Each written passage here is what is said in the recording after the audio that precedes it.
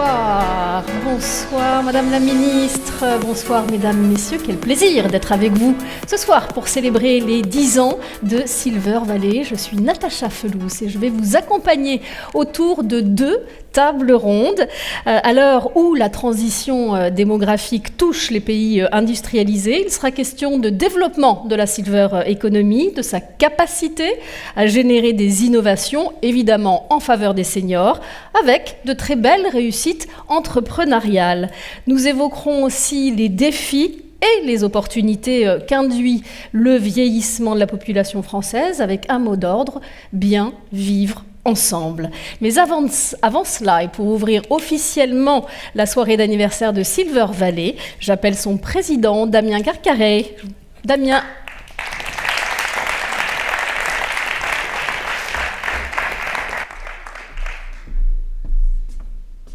Merci beaucoup, Natacha. Merci à tous et à tous.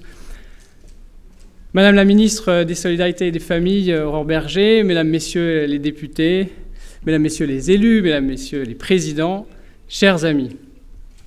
Je suis ravi de vous retrouver ce soir pour ce bel anniversaire dans cet amphithéâtre de la Bibliothèque nationale de France pour fêter ensemble les 10 ans de Silver Valley. Et oui, 10 ans déjà, et même un peu plus finalement, puisque la genèse de Silver Valley, c'est aussi Soliage, il ne faut pas l'oublier, qui a été créé en 2008. Puis en 2013, sous l'impulsion de Michel Delaunay, alors ministre délégué aux personnes âgées, et d'Arnaud Montebourg, ministre de l'économie, du redressement productif et du numérique, naît la filière Silver Economy. Soliage devient à ce moment-là Silver Valley. En 10 ans, Silver Valley est devenu le plus important pôle d'innovation dédié à la longévité en Europe, et aujourd'hui l'acteur de référence de l'entrepreneuriat et de l'innovation utile du bien vieillir. On rassemble plus de 4500 innovateurs affiliés et 9000 seniors de 60 à 92 ans qui testent, mettent à mal toutes différentes formes de produits, services, produits serviciels pour les seniors. Accompagner et valoriser les innovations les plus prometteuses sur l'avancée en âge, c'est ce que Silver Valley a fait depuis plus de 10 ans. Près de 2000 projets d'innovation ont été accompagnés. Parmi eux, il y a de très belles pépites, dont la plupart ont d'ailleurs été récompensées par le prix Silver Valley. On entend souvent que le marché de la Silver Economy peine à décoller et ne lève pas encore les milliards comme les startups de la French Tech. Eh bien pourtant, 130 millions d'euros ont été levés par les lauréats du prix Silver Valley. On n'a pas du tout à rougir de ces belles réussites du secteur. Certaines d'entre elles vont d'ailleurs témoigner ce soir lors de nos tables rondes. En 10 ans, la filière a bien évolué, elle a été structurée, notamment grâce à l'unité au sein de cet écosystème, une unité qui nous semble aujourd'hui indispensable et qui en fait une filière forte et tournée vers l'avenir et cette transition démographique. Dans cette filière que je définirais de pluriel, où de nombreux acteurs publics, privés se retrouvent, Silver Valley apporte son expertise sur l'innovation et l'entrepreneuriat. Notre objectif, vous l'aurez compris, eh bien, il est de construire des innovations utiles à tous, qu'on soit senior ou actif, pour le bien vieillir, et portées par des entreprises solides qui se développent et créent des emplois. Le regard que l'on porte sur le vieillissement a également changé. Pendant ces 10 dernières années, les seniors d'aujourd'hui sont devenus acteurs de leur longévité. Ils s'investissent pour leur famille, leurs associations, leur vie locale. Certains ont été d'ailleurs aidants pour la plupart. Ils ont à cœur de préparer leur vieillissement et ne voient pas la vieillesse comme une simple maladie. Je fais référence ici, et certains d'entre vous l'ont reconnu, à notre étude « La France des seniors » que Silver Valley a lancée l'année dernière et qui sera mis à jour régulièrement par Silver Valley. Chaque génération, chaque secteur d'activité, chaque décideur doit se saisir du sujet. Cette transition, Silver Valley a à cœur de la soutenir en accompagnant le vieillissement actif de la population et en s'adressant à l'ensemble de la sphère économique généraliste. La transition démographique est véritablement l'affaire de tous. C'est cette ambition que nous avons retrouvée dans la stratégie Bien vieillir, qui a été présentée par Madame la ministre Aurore Bergé le 17 novembre dernier. Et si vous me le permettez, Madame la ministre, je vous citerai en disant que Face à ce défi démographique, la société doit collectivement se mobiliser, État, collectivités, entreprises et citoyens. Nous ne pouvons que nous réjouir de cette mobilisation interministérielle qui ne réunit pas moins de 9 ministères pour répondre collectivement à cet enjeu de taille. Sachez, Madame la Ministre, que vous et vos équipes pouvez compter sur Silver Valley et l'ensemble de nos membres avec notre positionnement spécifique sur l'innovation et l'entrepreneuriat pour toutes les réflexions autour de la loi Grand Âge et la mise en place concrète de cette feuille de route interministérielle. On ne pouvait pas célébrer les 10 ans de Silver Valley sans avoir une pensée émue ce soir. Pour Nicolas Menet, directeur général de Silver Valley, qui nous a quittés en février dernier, une perte inestimable, tant le rayonnement intellectuel et humain de Nicolas était puissant. Cette soirée, on lui dédie. Nicolas, notre ami, mon ami, tu nous manques. Pour finir, je tiens à remercier toutes les personnes sans qui tout cela ne serait possible, évidemment, notre conseil d'administration, notre bureau et l'équipe opérationnelle de Silver Valley. Une petite équipe, mais soudée, forte et très engagée sur les sujets du bien vieillir. Je tiens à tous vous remercier ici pour votre engagement sans faille et particulièrement pour votre mobilisation ces derniers mois. Et bien sûr, sans nos partenaires fidèles qui nous soutiennent depuis tant d'années, certains depuis 10 ans. Merci à la région Île-de-France, la ville de Paris, l'assurance retraite Île-de-France, AG2R La Mondiale, la mutualité sociale agricole, la Mutuelle Générale et sa fondation, Eneal, Groupe Action Logement. Merci également aux partenaires de la soirée, Assistel, mais aussi silvereco.fr qui organise chaque année ce festival devenu incontournable dans le monde de la Silver Eco à Cannes. Merci à tous et à toutes pour votre présence, si nombreuse ce soir, qui marque la place de Silver Valley dans notre filière et pour votre confiance renouvelée. Et enfin, merci à tous nos adhérents. De la plus jeune start-up au grand compte, tous ces innovateurs qui font de Silver Valley au rythme de l'innovation pour la longévité. Nous avons à cœur de toujours mieux vous accompagner dans vos projets et poursuivre notre engagement dans la transition démographique.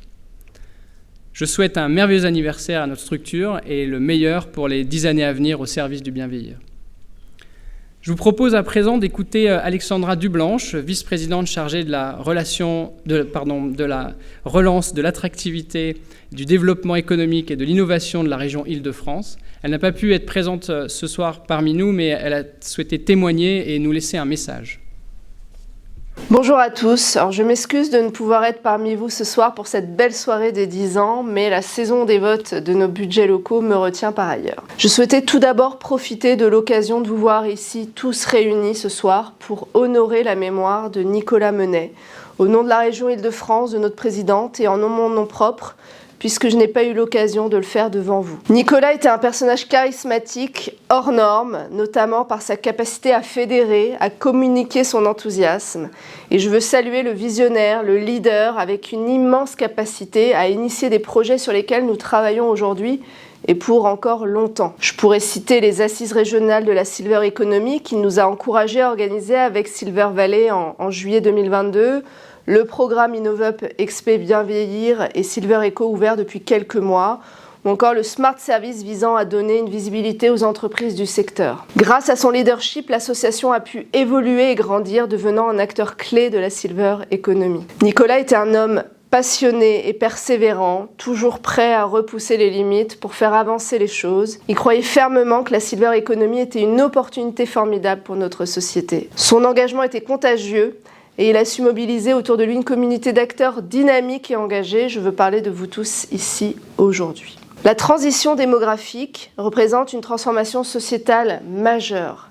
25% de la population européenne a déjà plus de 60 ans. En France, les personnes de plus de 55 ans représenteront un tiers de la population en 2050. Suivant ce constat, il devient évident que le vieillissement de la population modifie la donne démographique et ouvre de nouvelles opportunités de développement économique qu'il faut saisir, d'autant plus que la région Île-de-France concentre près de 20% de la population française. Les enjeux sociétaux, le potentiel d'innovation et de développement économique du bien vieillir et de la Silver Economy en font, avec la santé, des priorités politiques et stratégiques de la région au titre de la stratégie économique Impact 2028 que je porte en tant que vice-présidente de la région au développement économique. C'est ce qui explique que la Silver Economy a fait l'objet d'assises régionales de la Silver Economy co-organisées avec Silver Valley en juillet 2022. La région est partenaire de Silver Valley depuis sa création. Nous avons très tôt considéré qu'une filière transversale sur le vieillissement et qui réponde aux besoins et usages des seniors était cruciale d'un point de vue sociétal et économique. Et je profite de cette occasion pour souhaiter évidemment un bon anniversaire à Silver Valley, 10 ans déjà. C'est encore jeune et pourtant beaucoup de chemin parcouru grâce à vous tous et à votre implication collective. Alors je souhaite bien sûr que les 10 prochaines années soient aussi riches et constructives pour la filière et pour nos aînés. Et pour cela, la région est à vos côtés avec une dynamisation du soutien régional, comme en témoignent les mesures annoncées lors des assises de la Silver Economy en juillet dernier, et notamment 3 d'entre elles. Nous le savons, il y a un vrai marché européen à conquérir avec 90 millions de personnes de plus de 60 ans. Afin de mesurer le poids et les enjeux du marché, et aussi de guider les politiques publiques régionales et les porteurs de projets, nous avons initié avec Silver Valley une étude pour laquelle nous avons mobilisé l'Institut Paris Région, qui travaille en ce moment même avec Silver Valley. Nous avons également mobilisé des fonds pour mettre en place un portail de référencement des meilleurs produits et services des offreurs de solutions franciliens. Il s'agit du Smart Service Mieux Vieillir en Île-de-France. Et j'invite chacun d'entre vous à visiter ce site qui s'adresse aux seniors, aux aidants, mais aussi aux professionnels de la filière. Et il vise à donner une visibilité aux produits, aux services des entreprises de la Silver Economy auprès des prescripteurs potentiels tels que les EHPAD, les établissements de santé ou les collectivités territoriales. Devant la multitude des offres qui leur sont destinées, les seniors eux-mêmes expriment le besoin d'une qualification de ces produits et services. Enfin, l'expérimentation apparaît comme une étape clé du développement des entreprises de la Silver Economy pour notamment apprécier la robustesse de l'activité et aussi construire un produit ou service directement avec les utilisateurs. Nous avons donc lancé en mars dernier, avec l'aide précieuse de Silver Valley, mais aussi du pôle de compétitivité Cap Digital, un programme qui s'appelle InnovUp XP Silver Economy, qui est doté d'1 million d'euros pour mobiliser de manière forte l'écosystème. Et je vous le dis ce soir, à ce stade, ce dispositif n'a pas atteint son allure de croisière et je souhaite vraiment que l'écosystème se mobilise autour du programme pour donner la possibilité aux entreprises de la Silver Economy de grandir et de se développer. Pour ces 10 ans et pour cette belle soirée, je souhaitais vous redire que la région Île-de-France continuera à porter l'ambition d'une politique forte pour répondre à tous les enjeux de la Silver Economy, pour les générations à venir et pour le développement économique de notre territoire francilien. Je vous remercie.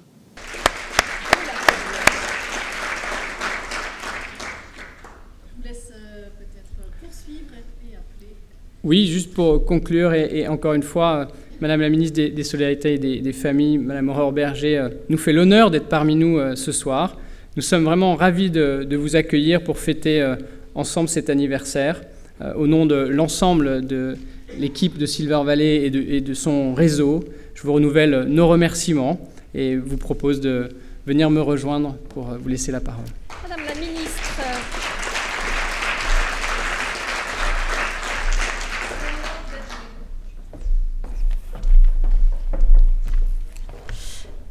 Bonsoir à toutes et à tous.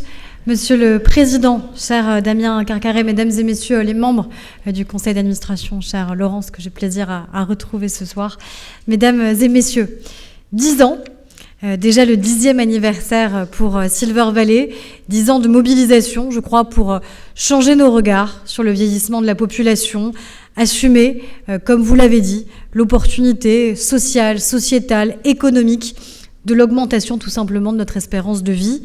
10 ans aussi d'engagement que vous avez eu avec un objectif clair, accompagner les entreprises innovantes, toutes les entreprises, quelle que soit leur taille et leur secteur initial d'activité, de manière à développer tout simplement leur activité et leur croissance. Et je crois que les chiffres que vous affichez en sont une très belle démonstration. Il y a des chiffres qui ont été dits dans le témoignage précédent. Moi, j'en cite toujours 2, donc je vais commencer à me répéter, mais j'assume.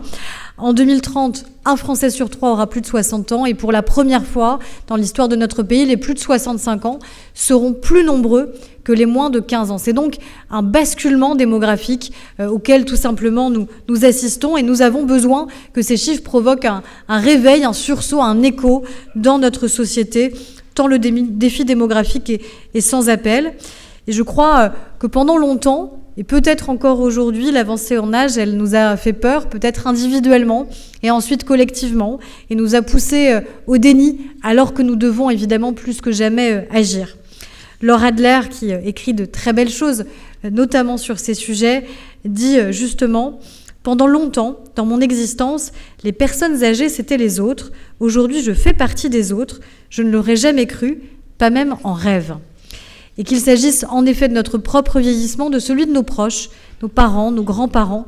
Il est temps, je crois, de sortir du déni et de cesser de croire aussi qu'une société qui vieillit serait nécessairement une société qui serait en déclin. Car d'abord, il faut le réaffirmer, l'avancée en âge, eh bien, une avancée. Rien que sur le dernier quart de siècle, l'espérance de vie des Français a gagné presque 5 années. Quand vous regardez plus précisément, par exemple, pour les personnes âgées en situation de handicap, le gain d'espérance de vie il est encore plus spectaculaire. C'est parfois jusqu'à une 20aine d'années d'espérance de vie qui ont été gagnées pour les personnes, par exemple, polyhandicapées. C'est donc une avancée et c'est surtout une révolution de la longévité qui doit devenir une opportunité historique pour notre pays. D'abord pour avoir une société plus engagée. Un tiers des bénévoles associatifs est composé de retraités. 50% des maires ont plus de 60 ans en 2020. Ce sont donc des acteurs absolument indispensables en matière de solidarité et aussi en matière de solidarité intergénérationnelle et familiale. C'est aussi la capacité à avoir une société plus inclusive et plus humaine en adaptant nos villes, nos communes, nos villages, nos infrastructures, nos services publics aux plus vulnérables, en pensant en fait à tout le monde dès la conception des projets pour que la société y gagne et que nous puissions lutter aussi contre l'isolement social et contre l'agisme. Et puis, en développant évidemment les opportunités économiques, je crois que c'est aussi ça évidemment qui vous rassemble, développer l'emploi, développer l'innovation. Et vous le savez mieux que quiconque, les enjeux qui sont liés au vieillissement sont de formidables terrains, évidemment, d'innovation et de création de services et d'entreprises. Et s'il est une opportunité, cette révolution de la longévité, elle va nous obliger d'abord à agir, d'abord aussi pour garantir le respect des droits et la participation de nos concitoyens âgés à notre vie collective. Et c'est des associations, je pense notamment à Hold Up, qui le dit régulièrement, être vieux, pour reprendre leurs termes aussi, ce n'est pas être un citoyen au rabais, un citoyen qui serait assigné à résidence, dont les choix, les envies, les espérances, les libertés ne compteraient plus. Nous devons ainsi anticiper cette grande transition démographique pour être en capacité de proposer d'ici 2030 une véritable transformation qui garantisse un accompagnement de qualité, une prise en charge de qualité et qui, au-delà des simples secteurs sanitaires et médico-sociaux, eh bien, fasse en sorte que ce soit l'ensemble de notre société qui soit prête. Face à ces défis, le mois de novembre a marqué, je le crois sincèrement, une nouvelle étape. Moi, j'ai essayé de tout accélérer depuis ma nomination il y a bientôt 5 mois. D'abord, vous l'avez dit et je vous en remercie, la stratégie interministérielle Bien vieillir. Et il y a sans doute des points qu'on pourra continuer à travailler ensemble. Et cette stratégie, elle est inédite parce qu'elle a décloisonné pour la première fois. Et c'est pas totalement anodin, en effet, que 8 membres du gouvernement aient été à mes côtés pour la présenter. C'est vraiment aussi une prise de conscience qui fait que dans chaque ministère, cette question doit non plus être un impensé, mais être au cœur, évidemment, de nos politiques publiques. Et puis, ce sont des projets, des mesures très concrètes pour répondre au quotidien que nous avons présenté, parce que c'est toute notre société, je l'ai dit, qui doit s'adapter. Ça veut dire la mobilité, les transports, le logement, l'écologie. Ça veut dire les démarches administratives, la citoyenneté, la culture, le sport. Bref, toute notre société et tous nos ministères. Deuxième preuve de cette accélération, vous l'avez vu, une proposition de loi qui a longtemps été dite comme abandonnée, mais non, qui a été non seulement reprise, mais qui a été renforcée, améliorée et surtout adoptée, et adoptée à une très large majorité à l'Assemblée nationale, ce qui n'est pas si courant, et qui porte, je crois, des réponses assez directes, à la fois pour nos concitoyens, qui étaient en attente justement de réponses aussi d'un point de vue sociétal. Je pense à la question du droit de visite des établissements médico-sociaux quand on sait le traumatisme qui a pu être causé pendant la crise sanitaire, où la sidération de la crise a fait parfois prendre des dispositions qui ont aussi heurté et parfois même brutalisé les familles. La création d'un circuit de maltraitance, de remontée de ces maltraitances, parce qu'il ne faut pas de non-dit dans notre société, mais il faut aussi des choses qui fonctionnent de manière opérationnelle. La création du service public départemental de l'autonomie. Nous aurons 16 départements qui seront des départements tests, de manière à enfin avoir un accueil humain et unique dans chacun de nos départements. Et puis, les avancées pour nos professionnels, parce qu'il n'y aura pas de révolution de la longévité sans professionnels qui soient formés, qui aient envie de rester dans ces métiers et qui aient surtout envie demain de les rejoindre. Je pense en particulier, évidemment, aux aides à domicile. Et l'idée à la fois d'avoir une carte professionnelle, demande historique des associations et des professionnels des fédérations, mais aussi surtout sortir de la tarification horaire, dont vous savez à quel point elle a pu être délétère. Et puis, là encore, vous l'avez mentionné, Monsieur le Président, la loi de programmation qui a longtemps été annoncée, mais surtout longtemps repoussée, et qui enfin va voir le jour, puisque la Première ministre a confirmé cet engagement et m'a demandé de proposer ce projet de loi dès l'été prochain pour qu'il soit définitivement adopté avant la fin de l'année, ce qui veut dire que nous allons aller vite, parce que nous devons aller vite, et que dès le mois de janvier, je réunirai l'ensemble des acteurs qui doivent pouvoir y être associés. Et dans les acteurs, au-delà des fédérations, des syndicats, évidemment, vous serez consultés, associés. Ça rentre aussi dans le cadre de la mission que j'ai confiée au professeur Bertrand Fougère pour essayer aussi de créer une alliance de l'ensemble des acteurs qui travaillent sur les enjeux du vieillissement. Parce que, comme je disais, nous avons besoin de toutes les forces vives, comme on dit, pour réussir. Et c'est vrai que le réseau qui est le vôtre, vos entreprises, vous me disiez 400, vous m'avez noté 300, mais vous m'avez dit 400. Ces 4500 innovateurs ont un rôle absolument déterminant, évidemment, à jouer. Et nous avons besoin, pour cela aussi, encore une fois, de piloter, d'animer, de structurer ce réseau pour avoir une vraie vision intégrée dans toutes les dimensions du vieillissement, qu'elles soient scientifiques, sociales, économiques, culturelles, sanitaires, médico-sociales, parce que c'est tout ça, évidemment, le vieillissement. Et pourquoi pas, c'est un des challenges qu'on a lancé aussi, professeur Fougère, créer un Institut national du vieillissement qui permettrait de réunir, de fédérer l'ensemble des acteurs. Et évidemment, quand je parle de l'ensemble des acteurs, les initiatives privées sont pour moi évidemment au cœur de la manière avec laquelle nous devons réussir à travailler ensemble. Vous le voyez, à la fois un mois de novembre qui a été intense, mais surtout une feuille de route qui est devant nous pour l'année 2024, qui va l'être encore plus, et on aura besoin de tous pour la réussir, pour relever ce défi du grand âge. Alors, je vous souhaite évidemment un très bel anniversaire. Je vous souhaite surtout de très belles 10 prochaines années au moins, parce que la révolution de la longévité, ce sera bien au-delà des 10 prochaines années. Donc, vous avez du travail, et je suis très heureuse, en tout cas, qu'on puisse mieux travailler, mieux collaborer et mieux innover ensemble. Je vous remercie. Merci Madame la Ministre. Aurore Berger, Madame la Ministre, merci. Quel programme ce soir aussi? On a un programme chargé. Vous voyez à côté de moi ces chevalets. Ces chevaliers sont pour Alexia Lebrandt et pour vous après. Alexia, venez me rejoindre. Je ne sais pas où vous êtes par là. Vous pouvez l'applaudir. Elle utilise... Alexia utilise ses dessins et son sens de l'humour comme un miroir doux. Vous allez rester avec nous sur scène, vous allez attraper des idées comme ça, des mots entendus que vous transformerez en dessin. Merci d'être avec nous et de nous insuffler ce souffle créatif. On verra après dans le foyer, on emmènera vos dessins dans le foyer. Mais tout de suite, je vous propose d'évoquer les 10 ans d'innovation au service des seniors avec nos invités. Venez me rejoindre, Titouan Lévrard, Victor Sebag, Armel de Lesquin, Elsa Parlanche, vos applaudissements. Merci beaucoup. Bien, comment allez-vous? Ça va? Titouan, vous êtes le directeur général adjoint de Silver Valley et extrêmement impliqué dans les innovations du secteur. Victor Sebag, vous êtes le cofondateur et CEO de WeHelp. Alors en 2014, votre grand-mère perd rapidement son autonomie et vous prenez conscience du manque de solutions de qualité pour la prise en charge des aînés à domicile. Déterminé à changer les choses, vous imaginez WeHelp avec vos 2 associés à l'époque. Cette entreprise d'aide à la personne repose sur une plateforme technologique, mais également sur des agences dans les aires urbaines. Votre mission, trouver des auxiliaires de vie professionnelle et bienveillante. Et WeHelp accompagne aussi les familles dans leur démarche pour assurer le bien vieillir à domicile de leurs proches. Bonsoir Armelle de Lesquin. Vous avez cofondé et vous dirigez Familéo. Alors Familéo, c'est une application mobile comme un WhatsApp qui transforme les messages familiaux en une gazette, soit papier, soit numérique. C'est en août 2015 que les premiers numéros voient le jour.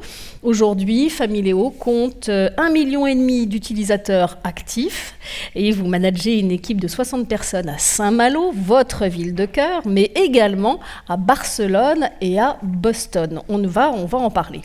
Elsa Parlange, merci d'être le grand témoin de cette table ronde. Vous êtes directrice de l'action sociale de l'assurance retraite Île-de-France.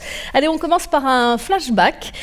Titouan, en 2012, il paraît que le nom de Silver Economy était inconnu, même des acteurs du secteur. Vous nous rappelez un petit peu le contexte ? Alors moi, j'y étais pas. C'est bon, ça marche ? Moi, j'y étais pas, mais en tout cas, c'est à ce moment-là que finalement des acteurs se sont rassemblés avec une impulsion évidemment gouvernementale, et c'est là où Silver Valley du coup est né sous la forme Silver Valley. Donc 2013 en tout cas pour la naissance. La naissance de Silver Valley, on est là pour les 10 ans, donc en 2023, ça fait en effet, si on compte bien, 10 ans. On ne s'est pas trompé, on est bien là au bon endroit, super. Et en effet, Silver Valley a été créé à ce moment-là où les acteurs s'associaient, se structuraient pour soutenir l'émergence d'innovations, alors des innovations portées par des entrepreneurs. On voit quand même qu'il y a eu des très très belles réussites. On va revenir là-dessus. Ouais. Et vous en témoignerez, Armelle et Victor, parfaitement. Et voilà, on a aussi est parti finalement, je ne sais pas si c'est dogmatique, mais en tout cas d'une conviction, c'est que l'innovation, elle devait être aussi portée, pas forcément par que les startups, mais que l'innovation, elle devait intégrer finalement toute la chaîne de valeur de la considération du vieillissement, toute la chaîne de valeur d'un parcours de vie. Et c'est pour ça que très vite, dès le début, Silver Valley a associé des institutions comme l'assurance retraite Île-de-France, le conseil régional, des partenaires historiques comme AG2R La Mondiale, et après d'autres qui nous ont rejoints comme la Mutuelle Générale ou Présence Verte ou la MSA. Donc c'est ça aussi Silver Valley dès le départ et qu'on conserve encore aujourd'hui. Depuis 10 ans, c'est l'association entre les usagers, les porteurs de projets innovants, les startups, les institutions, les collectivités, les associations et les partenaires des territoires. Et alors à l'époque, il y a eu ce comité stratégique de filière. Je crois que Luc Broussy est là. Vous êtes là, Monsieur Broussy, est parmi nous, qui a porté ce comité stratégique de filière et un contrat également de filière avec 6 axes. À l'époque, comment ces outils mis en place par Arnaud de Montebourg, comment ont-ils stimulé l'innovation au sein de Silver Valley ? Tout simplement au départ parce qu'ils ont donné un cadre et un cadre qui est toujours véridique aujourd'hui. À l'initiative, en effet, vous l'avez rappelé, Natacha, c'était le ministère de l'économie, du redressement du productif et du numérique et le ministère de la Santé qui était à l'époque représenté par Madame Michèle Delaunay. Donc en fait, c'est cet équilibre dans la création d'innovation, donc au bénéfice de l'usager, mais aussi au bénéfice du développement économique des territoires. Qui a été impulsé à Silver Valley et qui est toujours l'équilibre qu'on essaye aujourd'hui pas de respecter, mais en tout cas l'équilibre de Silver Valley dans le développement des innovations, une innovation pérenne, pérennisable, qui répond aux besoins des usagers et qui aussi, par la même occasion, crée des emplois, crée du dynamisme dans les territoires. Et à l'époque, il y avait cette fameuse bourse, Charles Foy. Armelle, racontez-nous les débuts de Familéo et notamment ce que vous a apporté cette bourse que vous avez remportée haut la main en 2015, c'est ça ? Oui, merci Natacha. Alors je ne sais pas si on l'a remporté haut la main, faudrait demander à Benjamin Zimmer parce que c'était lui qui était dans le jury. Mais effectivement, ça a été une belle étape pour nous. Alors Familéo, comment est-ce que ça a commencé ? C'est d'abord une histoire personnelle. Alors c'est mon associé Tanguy avec sa grand-mère qui voulait avoir plus de liens avec ses petits-enfants. Évidemment, il était malheureusement plus question d'envoyer des lettres et des cartes postales déjà à l'époque, c'était compliqué, tout le monde était sur du digital et donc l'idée de la Gazette est arrivée comme ça en recréant un lien entre deux modes de communication. Alors au début, quand on a lancé Familéo, quand on a eu l'idée, en fait, on s'est dit qu'il fallait surtout la confronter à la réalité. Les militaires disent souvent le terrain commande et je pense qu'ils ont vraiment raison. Et c'est d'ailleurs un conseil qu'on donne souvent quand on nous demande tiens, est-ce que vous pouvez nous donner 2-3 conseils sur notre projet ? On est souvent à dire on n'a pas vraiment de conseils à vous donner. Le seul, c'est est-ce que vous êtes vraiment allé confronter votre projet auprès de gens qui sont des gens légitimes et compétents. Il faut qu'ils soient les deux. Et à partir de là, alors, vous allez réussir. Parce que vous allez trouver votre marché et vous allez y répondre. Et la bourse Charles Foy, ça a été un super vecteur de confiance en nous, puisque c'était notre premier prix. C'était d'ailleurs, je l'ai fait un peu par hasard, pour être tout à fait franc. Je ne connaissais pas et on est tombé dessus. C'était un peu long à remplir d'ailleurs. Merci Benjamin. Et, on en reparlera avec lui. Mais on est très après. content d'avoir eu ça et effectivement, ça a aussi ouvert une certaine... quelques portes, ça commençait à être un peu connu, et donc ça apporte de la légitimité.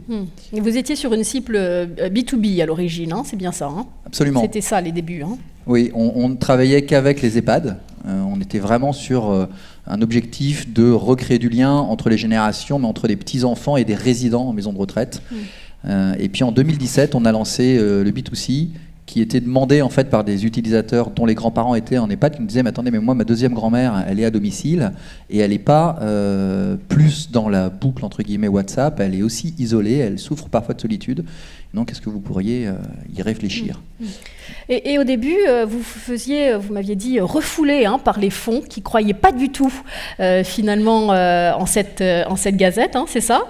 Paradoxalement, ils se disaient que tous les seniors allaient être complètement accros au numérique finalement, c'était ça ?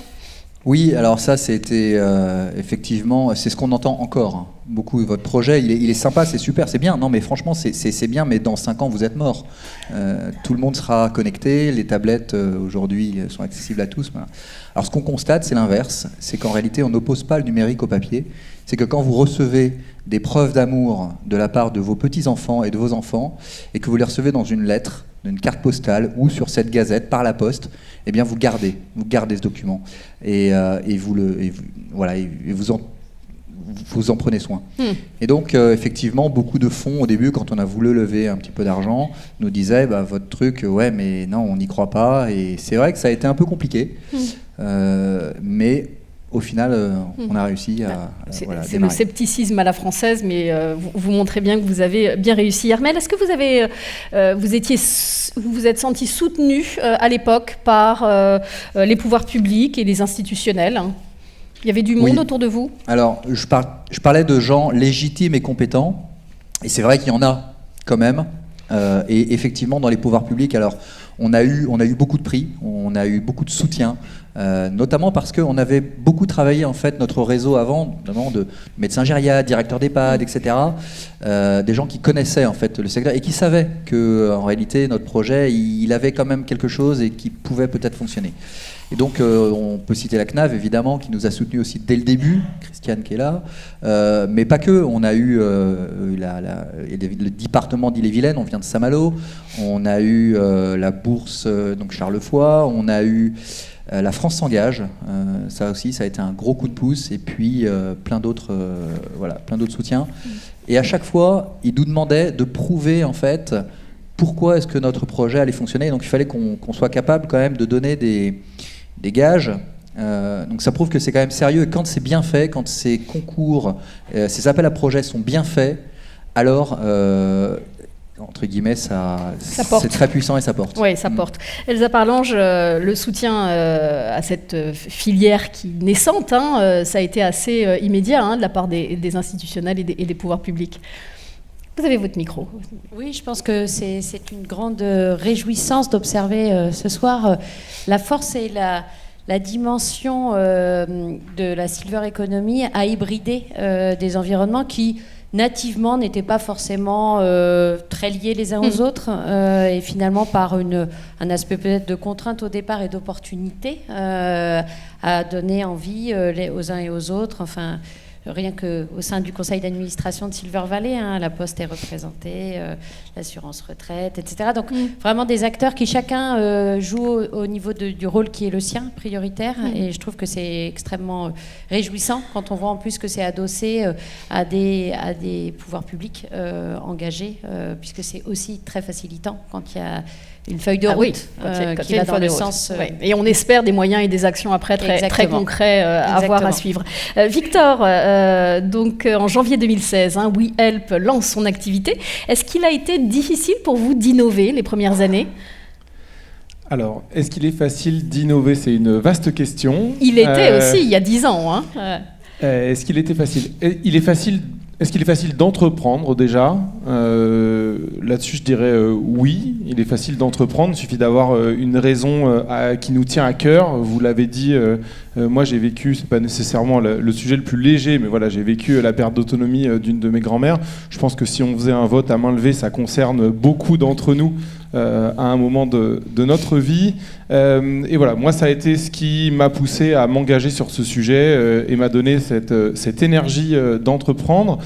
Pouvoir entreprendre, c'est une chose. Réussir à entreprendre, ça en est une autre. Il y a quelques conseils qui ont été donnés par Armelle. Effectivement, être très proche des gens qu'on vise à servir pour avoir un service qui s'y adapte et bien se challenger sur son modèle, se remettre en question régulièrement, bien se faire entourer. Et la bourse Charles Foix, c'est ce vous l'avez remporté vous aussi en 2016. Servi, voilà, on la remporte en 2016 et elle nous permet, pour nous entrepreneurs engagés mais nouveaux dans le secteur de la silver economy, de partir avec confiance dans le modèle dans lequel on s'est lancé.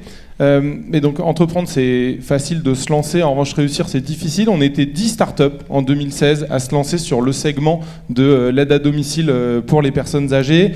Aujourd'hui il n'en reste que 3 et on est la seule entreprise à avoir la vitesse et l'ampleur de développement qui est celle de WeHelp aujourd'hui. Aujourd'hui on est donc, vous le disiez, un réseau d'agences nationales. On a 90 aires urbaines, on fait travailler 2500 personnes, donc on a pris une certaine ampleur en 6 ans, en 8 ans. Pour ce qu'il est de la facilité donc d'innover dont vous parliez, je pense qu'il faut faire attention à quelques points. C'est de ne pas partir sur de l'innovation gadget. Je ne veux cibler personne pour ne blesser personne, mais dans le secteur, on en voit beaucoup. C'est quoi l'innovation gadget concrètement, sans citer le nom, bien sûr. Des innovations... par exemple hardware, des objets qui insufflent de la technologie dans les objets du quotidien dans lesquels on n'aurait pas nécessairement mis de la technologie et qui apportent une valeur ajoutée douteuse pour le bénéficiaire final. Je pense que chacun a des situations en tête qui arrivent. C'est des projets qui existent, qui mobilisent des financements qui auraient pu être mieux alloués. Donc voilà, ça c'est ce que j'appelle pas nécessairement de la bonne innovation. Ce qui est intéressant dans le secteur dans lequel on est, si je reviens aussi 10 ans en arrière, c'est que c'est un secteur qui est toujours assez peu digitalisé tout de même, et donc qui crée un terrain de jeu très intéressant, très propice à l'innovation technologique, produit ou servicielle, et avec un écosystème qui est quand même foisonnant et qui, notamment autour de Silver Valley, permet une création d'innovation. Nous, on a créé une offre de services complète qui intègre par exemple Familéo qu'on connaissait via l'écosystème Silver Valley. Une innovation servicielle qui a été primée, je crois, récemment. Exactement, au festival Silver Eco à Cannes, c'est bien ça. Exactement, c'est une innovation serviciel qui peut s'apparenter à ce qu'on appelle le care management et qui permet de soulager les familles au-delà de l'aide humaine qu'on apporte et qui représente aujourd'hui 11 heures de présence par semaine au domicile de milliers de familles, de les soulager sur tous les à côté. Donc la coordination de soins, l'adaptation du logement, mais aussi des activités de loisirs qu'on a développées de façon autonome. Alors évidemment la croissance en France, vous êtes des preuves des potentialités de la Silver Economy, mais également la Silver Economy vous a ouvert les portes à l'international. C'est le cas pour Familéo. Vous êtes présent en Espagne, aux États-Unis, au Canada, au Royaume-Uni, en Belgique, en Suisse. Armelle, est-ce que le fait d'être un acteur français de la Silver Economy, ça vous a ouvert les portes ou pas du tout ? Alors, le fait d'être un acteur français, je ne pense pas que ça ouvre des portes, en tout cas pas aux États-Unis, pas au Canada. En Espagne, ils s'en moquent un peu. Ils s'en fichent. Non, ce qui les intéresse, c'est est-ce que le produit répond à un besoin. Ça, c'est vrai. Par contre, ce que j'ai noté, en discutant avec pas mal de gens travaillant dans la filière Silver Eco de ces différents pays, c'est que la filière d'excellence française Silver Economy est connue et réputée. Je ne sais pas, et en tout cas je n'ai jamais vu ailleurs une Silver Economy britannique, américaine. Alors vous avez des clusters AARP aux États-Unis qui est très puissant, mais qui n'est pas fondamentalement axé sur la Silver Economy en tant que telle. Donc, par contre, ils connaissent effectivement. Réputée pourquoi la Silver Economy à la française ? Pour son innovation, et surtout, j'ai entendu plusieurs fois sa structuration, c'est-à-dire que notre capacité à travailler ensemble, et ça c'est une vraie force que nous avons. On se connaît tous globalement. Moi, j'ai eu la chance de bénéficier, grâce à Silver Valley, d'un voyage d'études, par exemple. Tanguy est allé en Allemagne, moi je suis allé en Espagne, et en fait, c'est un impact très concret sur Familéo, puisque ce voyage d'études qu'on a fait en Espagne nous a permis de comprendre le marché espagnol et d'identifier un besoin qui était tout à fait accessible, auquel Familéo allait répondre. C'était avec Silver Valley. C'était avec Silver Valley, oui.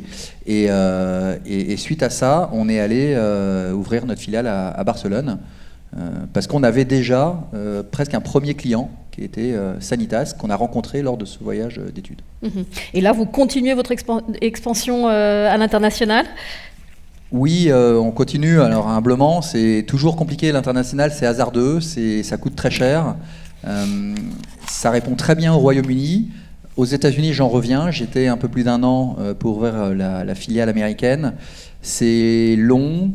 Là aussi, le secteur est en crise, donc ce n'est pas un long fleuve tranquille, mais ça fonctionne. Et maintenant, c'est une histoire de temps, effectivement. Ouais, c'est allé vite, parce que vous avez vous aussi 10 ans entre la France et l'étranger. Votre croissance est assez rapide. Ouais, 8 ans pour être précis. Effectivement, c'est rapide et en même temps. On peut parfois trouver ça un peu lent parce qu'on est tous un peu challengés. On a tous des ambitions qui sont importantes. Je pense que effectivement, il faut savoir prendre le temps de pas se griller les ailes. Et c'est ce qu'on essaye de faire chez Familéo. C'est un point très important. Voilà. Vous avez des confrères, des consoeurs de la Silver Economy, des entreprises qui sont parties comme vous, des besoins de terrain que vous respectez, que vous appréciez dans leurs aventures aussi dans la Silver Economy ? Ah oui, on en connaît plein. Alors je peux citer une boîte qui s'appelle Weavy, qui crée des jeux pour les animateurs en maison de retraite, qui contribuent à enrichir aussi la qualité de vie des résidents. Vous avez Ubiquit, je ne sais pas s'ils sont là. Vous avez cette famille qui est là, qui gaze bien, évidemment. Alors Ubiquit, c'est le tracking de linge, c'est ça ? C'est ça, ouais, c'est du tracking de linge. C'est super innovant. Pour le coup, c'est un vrai hardware, c'est vraiment technique, mais ça répond à un vrai besoin. Et en fait, on s'enrichit de tous ces gens-là. On fait des partenariats avec ces gens-là. Et on s'entraide. Et c'est ce que je disais tout à l'heure, cette unité que nous avons entre les différentes entreprises. En fait, on a tous un objectif commun. Je pense qu'on ne rentre pas dans la Silver Eco par hasard. On est tous touchés par une cause. Et cette cause, elle fait de nous, je pense, des des gens un petit peu différents. On cherche autre chose et on est prêt à s'entraider, à chasser en meute pour pouvoir. C'est intéressant ça. Ouais. Pour pouvoir réussir. Ouais. Vous les accompagnez, j'imagine, à chasser en meute aussi. En tout cas, des idées. En effet, nous, notre mission, c'est de faciliter par tous les moyens qu'on a en nos possessions, et encore une fois, humblement, l'association Silver Valley, c'est pas encore une grande multinationale, mais non, on essaie évidemment d'accompagner cette mise à disposition, cet essaimage et cette pérennisation des projets, justement en leur offrant l'accès aux usagers. Donc ça, c'est une forme d'accompagnement. Là, Victor parlait d'aller très vite rencontrer son public, son usager, et éventuellement se planter et refaire. Nous, c'est ça qu'on essaie d'offrir aux entrepreneurs qu'on accompagne. C'est évidemment du conseil, parce que Silver Valley, depuis 10 ans, c'est pas loin de 2000 projets accompagnés. Donc à force, nous, on entraîne aussi des IA. Non, c'est pas des IA, c'est des vraies intelligences humaines qui comprennent aussi des logiques de développement qui marchent, des bonnes pratiques sur le développement entrepreneurial. Et un mot, en tout cas, que je pense on n'a peut-être pas assez utilisé, alors pas moi depuis les 10 dernières années, mais au moins depuis qu'on est là, mais c'est vraiment l'exécution. Au-delà de la bonne idée qu'on a tous, la mise en œuvre et la stratégie de déploiement et les moyens qu'on met en œuvre pour le déploiement sont presque aussi importants que l'idée, sont même capitales. Ils sont capitales, et il y a aussi un contexte politique qui est porteur. Victor, vous avez besoin que les pouvoirs publics valorisent au mieux le travail des auxiliaires de vie. Ça, c'est un vrai sujet dans votre développement aussi. Évidemment, les auxiliaires de vie sont au cœur de notre travail. Je vous disais, aujourd'hui, on en fait travailler près de 2000 en France. C'est un métier qui est primordial face au vieillissement de la population, sur lequel on est revenu plusieurs fois aujourd'hui. C'est une population, je me réjouis, qui a été mise en première, sur le devant de la scène, notamment lors de l'épisode Covid, où elles étaient reconnues pour leur contribution et mises à l'honneur.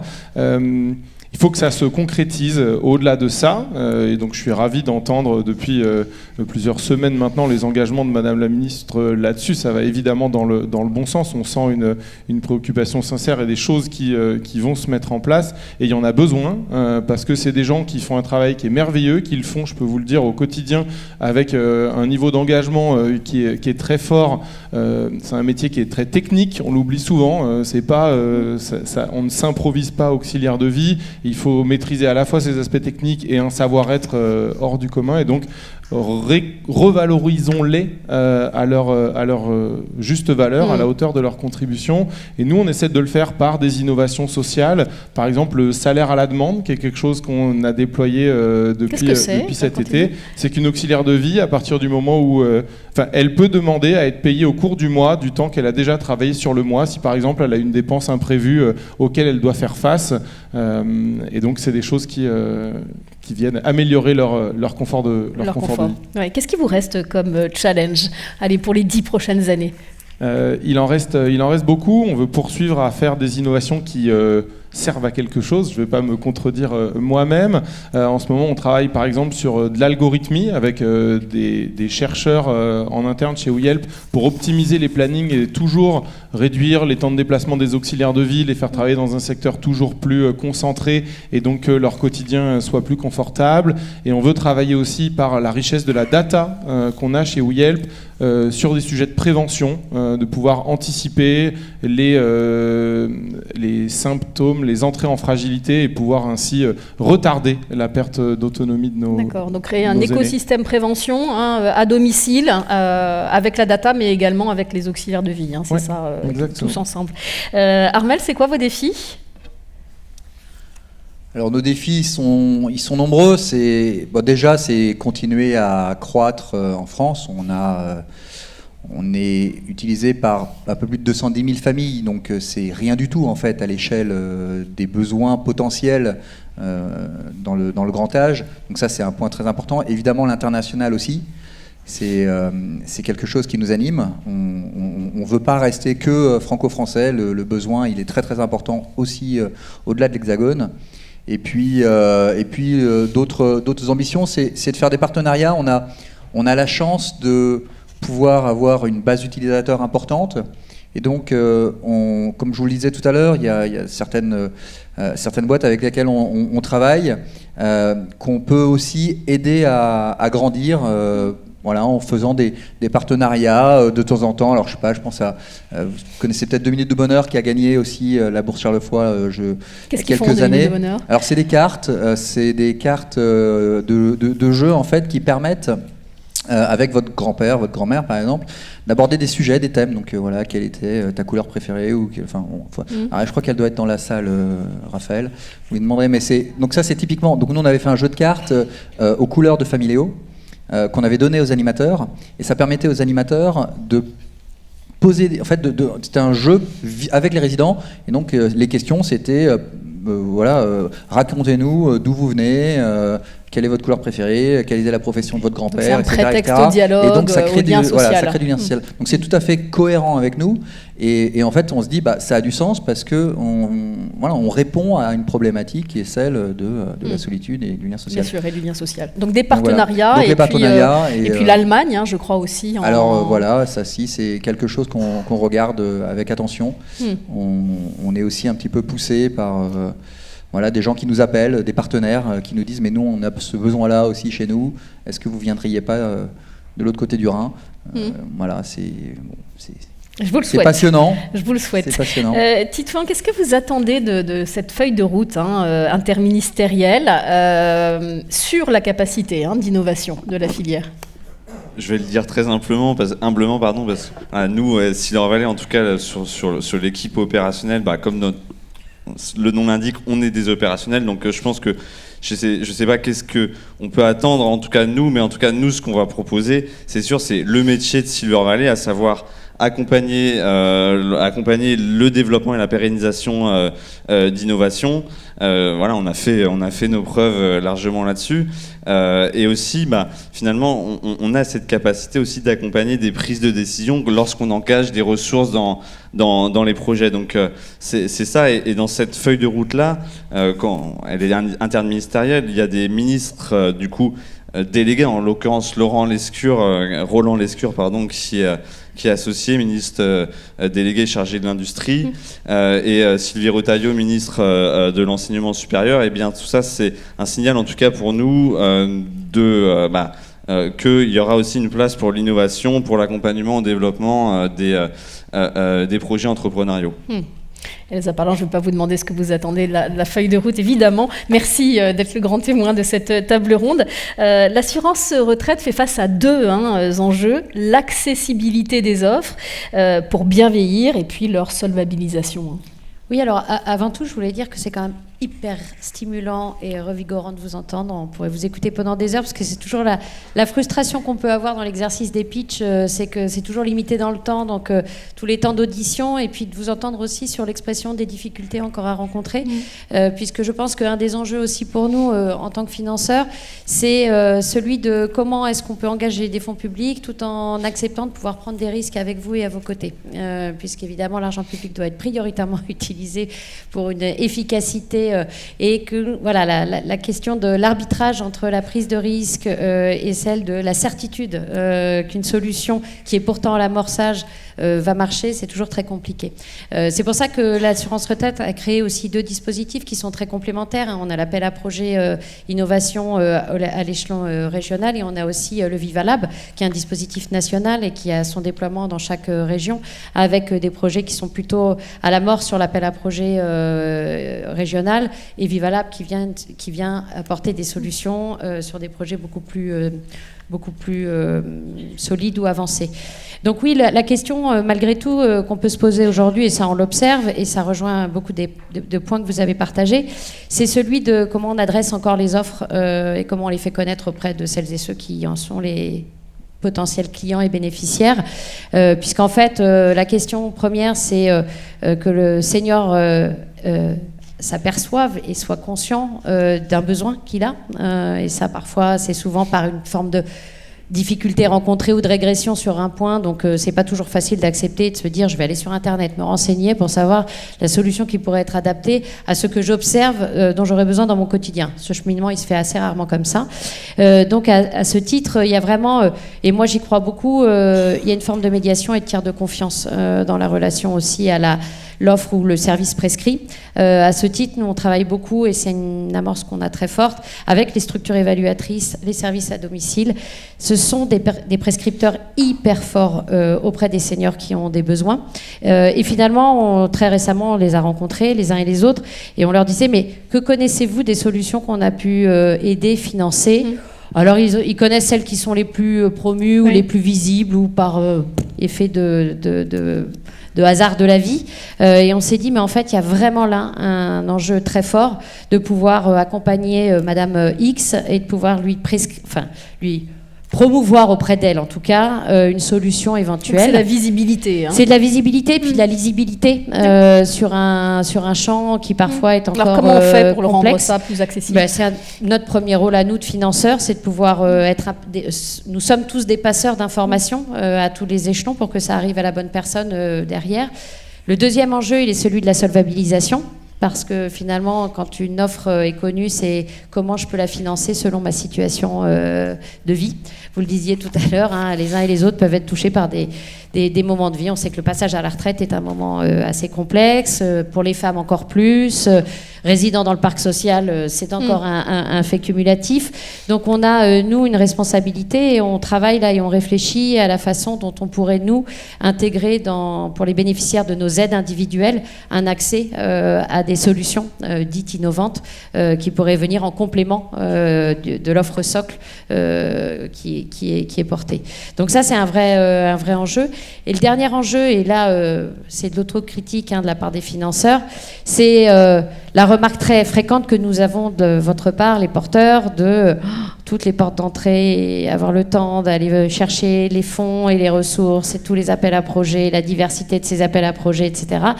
On a bien conscience que c'est beaucoup de temps passé par les uns et les autres. C'est la raison pour laquelle nous, on travaille beaucoup avec les groupes de protection sociale aussi à agir dans un sens commun pour se dire que finalement les feuilles de route, elles se recoupent sur beaucoup d'enjeux. Oui. Donc à ce titre, comment au maximum vous faciliter la tâche et l'exercice pour qu'il y ait une cohérence dans la gestion des fonds et puis une vision un peu commune et partagée. Et là-dessus, Silver Valley fait un travail absolument remarquable aussi parce que vous sourcez et vous repérez, et nous on peut venir aussi confronter avec les besoins de celles et ceux qu'on connaît, qu'on rencontre en tant que bénéficiaires de nos aides par ailleurs. Ouais.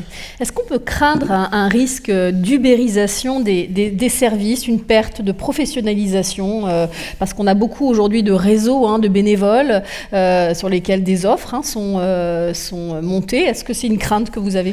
Alors, je n'aurais pas la réponse parfaite parce que ça vient plutôt d'une observation qu'on peut avoir aujourd'hui de projets qui nous sont présentés, dont on se dit que au départ, ce serait quand même des actions qui pourraient être réservées à des professionnels du médico-social ou du social, et dont on se dit en fait pour trouver l'équilibre budgétaire, on mobilise du bénévole ou de l'étudiant qui vient en complément de ressources, etc.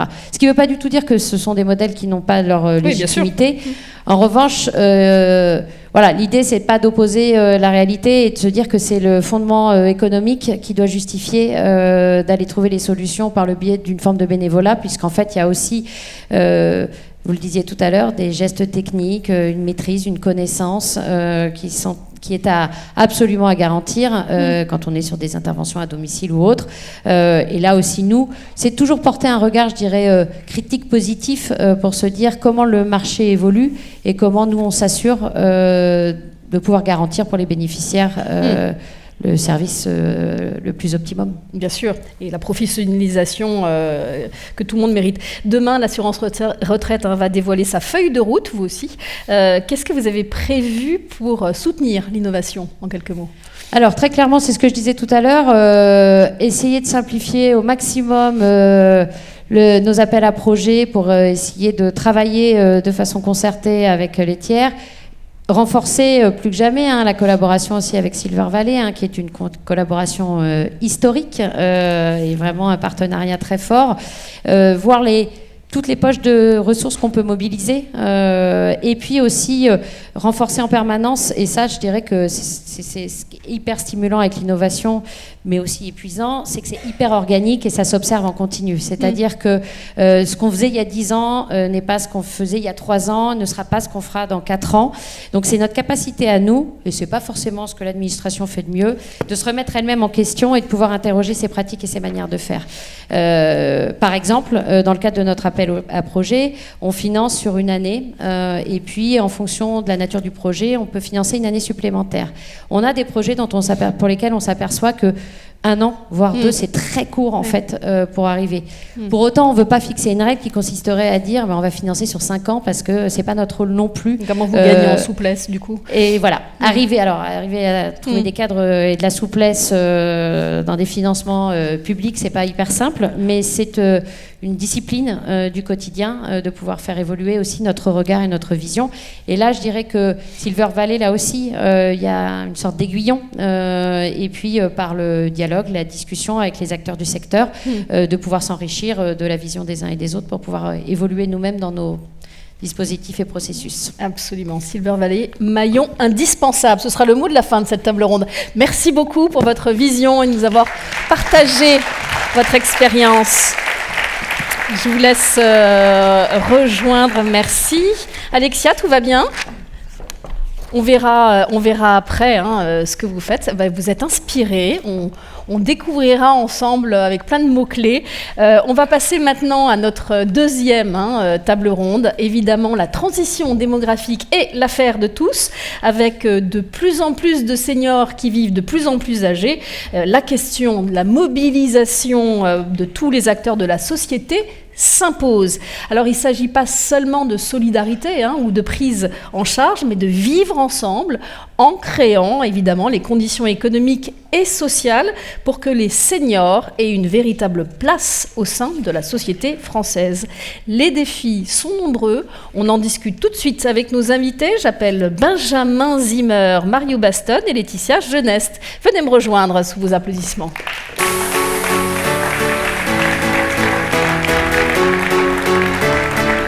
Benjamin, ça va bien ?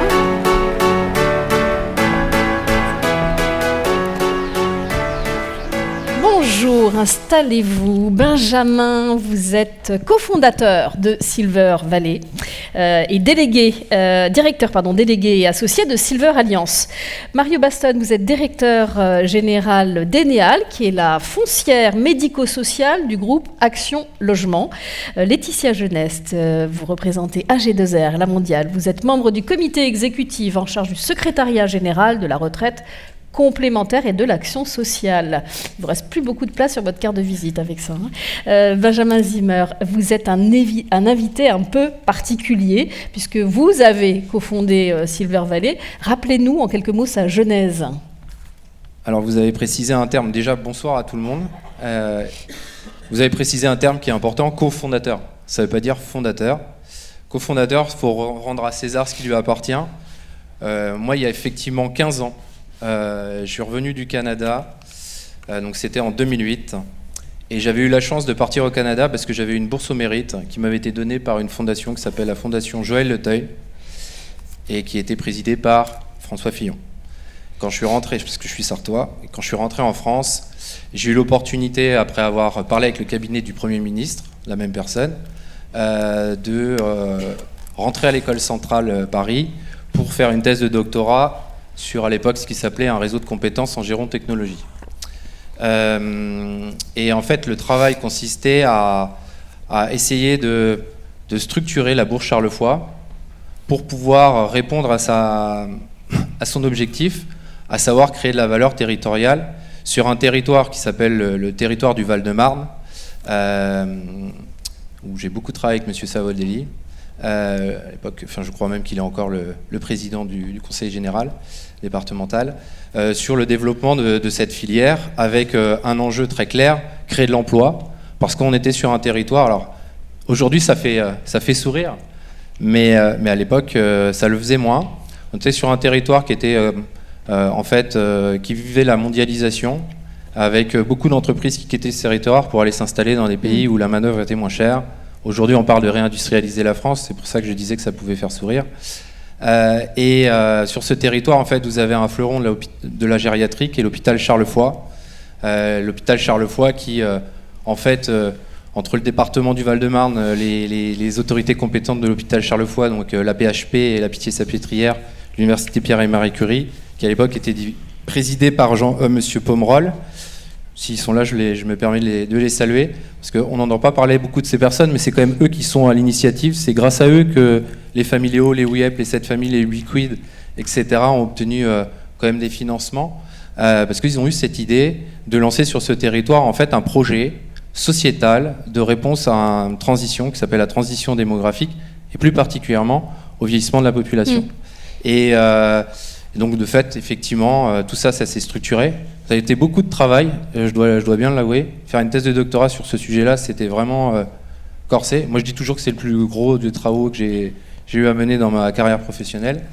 Je dois aussi avouer que le travail il a été rendu possible parce qu'il y a eu des financeurs qui nous ont fait, qui étaient les premiers, un peu comme dans une start-up. Je pense à la Caisse nationale d'assurance vieillesse, comme l'a précisé Elsa tout à l'heure. Je pense au groupe AG2R La Mondiale. Tous ces gens-là ont été là au tout départ. Donc, je ne sais pas la somme d'argent que ça représente, mais je me rappelle quand j'étais directeur de Silver Valley, les subventions qu'il m'allouait. Je pense qu'on ne doit pas être loin des millions d'euros. Mais vous avez créé des milliers d'emplois.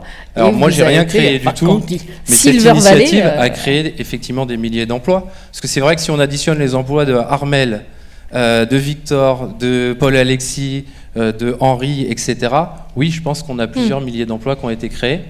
Et de fait, ce qui se passe aujourd'hui est intéressant, puisque maintenant les grands industriels s'intéressent à cette filière et ils en voient tout l'intérêt. Donc c'est un territoire qui, en fait, a réussi son pari de se transformer, et ça s'incarne aussi par un projet immobilier avec la pépinière d'entreprise que tout le monde connaît, qui s'appelle Silver Innov. Alors vous avez parlé des financeurs, mais à l'époque, comment les pouvoirs publics se saisissaient de la question de la transition démographique? Parce qu'aujourd'hui, tout le monde en parle, mais il y a 10 ans... C'est là où il faut aussi rendre à César ce qui lui appartient. Il y a des hurluberlus comme Jérôme Pigné, comme Didier Jardin, comme Alexis Roche et d'autres qui sont allés voir à l'époque Michel Delaunay et qui lui ont glissé lors de plusieurs rendez-vous l'idée de développer une filière et de la marketer tout de suite à l'américaine en l'appelant Silver Economy. Et ça a donné ce que ça a donné jusqu'à aujourd'hui. Donc à cette époque-là, ils étaient déjà précurseurs. Donc Arnaud Montebourg, ministre du redressement productif, Michel Delaunay, secrétaire d'État aux personnes âgées. Et ils avaient déjà une approche interministérielle, puisque tous les deux ont lancé cette filière. Après, avec les travaux de Luc Broussy, tout ça a été mis en place au travers d'une filière, d'un contrat de filière. Et j'ai envie de dire, on n'est qu'au début de l'histoire, en fait. Moi, ma plus grande frustration, c'est que ça avance pas du tout assez vite. Et qu'il faut aller beaucoup plus vite parce que les sujets, la problématique... Qu'est-ce qu'il faut qu'il aille plus vite, concrètement? Les relations entre les partenaires publics et privés. Que les partenaires publics arrêtent peut-être d'être dans l'intention, qu'on passe vraiment aux actes, aux actions. Donc c'est plutôt une bonne nouvelle, ce côté interministériel. C'est une bonne nouvelle, mais derrière l'intention, il faut du passage à l'acte. Parce que je commence à vieillir, et donc j'en ai vu des secrétaires d'État à peu près à tous les ministères. Et à chaque fois, ils disent la même chose. C'est pas nouveau, l'approche interministérielle. Ce qui est nouveau peut-être, c'est que derrière, maintenant, on a des entreprises qui créent de la valeur, qui créent de l'emploi, qui s'internationalisent. Et donc, comme on a une balance quand même commerciale internationale qui est quand même pas terrible, c'est peut-être une opportunité aussi d'aller vendre l'art à la française, de bien vivre et de bien vivre. Donc vous restez très vigilant, si j'entends bien, sur cette feuille de route. Mario Baston, vous connaissez bien Silver Valley depuis quelques années déjà, parce que vous êtes un acteur, très actif de la transition démographique. Racontez-nous. Oui, ça fait maintenant quelques années qu'on est adhérent à Silver Valley. On est adhérent parce que Silver Valley nous apporte beaucoup. J'en dirai un petit peu plus tout à l'heure sur l'efficacité de Silver Valley pour le groupe Action Logement et pour Enel en particulier. Mais pourquoi est-ce qu'aujourd'hui on s'investit aussi fortement dans le sujet du vieillissement? C'est parce que le groupe Action Logement, c'est 1 200 000 logements. Si je m'arrête rien qu'au groupe Action Logement, 1 200 000 logements. Il y a à minima 400 000 locataires concernés par le sujet du vieillissement, encore autonomes ou en perte d'autonomie. Ça veut dire aussi, on peut aussi multiplier par 2 ce nombre d'habitants parce qu'on a les aidants, hein, un locataire, un aidant, on est déjà à 800 000 personnes concernées. Donc ça veut dire que le groupe Action Logement ne peut pas ne pas être concerné par le sujet. Donc l'enjeu, il est à la fois de travailler sur le maintien à domicile, le bien vieillir à domicile de ces locataires vieillissants. L'enjeu, il est aussi d'accompagner la restructuration, la structuration du secteur médico-social, notamment sur le volet immobilier, parce que aujourd'hui, on voit bien que les établissements médico-sociaux tels qu'ils existent aujourd'hui, tels qu'ils sont configurés, aujourd'hui, ils ont besoin de restructuration, de réhabilitation, de rénovation, d'innovation qu'ils n'ont pas pu obtenir ces dernières années. Aujourd'hui, une multitude d'établissements ne sont pas en état de répondre au vieillissement et aux demandes actuelles des personnes vieillissantes. On n'est plus sur les mêmes attentes des personnes vieillissantes aujourd'hui. C'est des gens aujourd'hui qui attendent plus, qui ont une autre vie, qui vieillissent autrement. On n'est plus sur l'ouvrier. Moi, je parle du logement social, hein, mais on n'est plus sur l'ouvrier qui, à 65 ans, était fini, hein, et qui avait plus que 2 ans devant lui, à peine, ou alors était à la retraite. Et puis maintenant, c'est des gens qui ont 20 ans devant eux et qui ont des exigences, et c'est bien normal. Donc nous, on va travailler à la fois sur ces sujets d'habitat, donc de structuration, de rénovation, d'accompagnement des établissements médico-sociaux. On veut travailler aussi à offrir une nouvelle forme d'habitat parce qu'il manque dans la chaîne entre le domicile et l'établissement médico-social, il manque encore des espaces, encore du choix pour les personnes vieillissantes. Parce que ce qui est important aujourd'hui, c'est de laisser le choix.